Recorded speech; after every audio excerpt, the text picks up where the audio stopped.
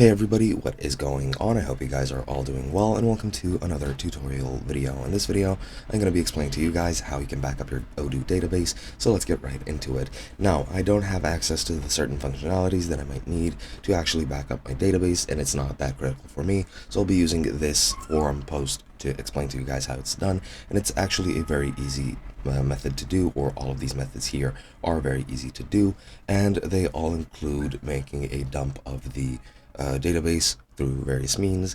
And you can also, if you have it manually installed on your device, you can also back it up manually. If you have, for example, PostgreSQL, you can very easily use those commands in Postgres to actually back up your database. You can even manually copy over some files, and that should be a sufficient enough backup. However, I'll be explaining these here methods since they are officially endorsed, and they are very easy to do since they usually require just one command, and that is it.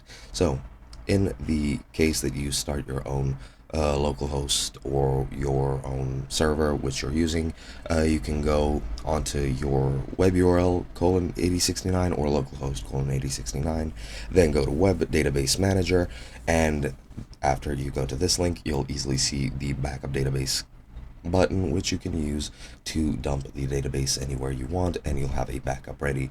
You can also use a backup module, and you can use whichever module you find. However, I won't endorse this one because I don't know how it works, but there are certain modules which will help you make a dump of your database, and that should help you do that.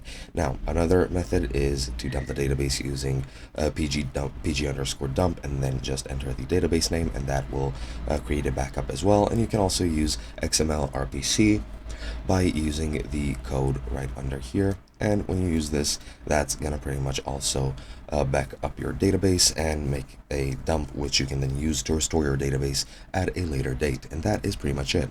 Hope you guys enjoyed, and I'll be seeing you guys in another video.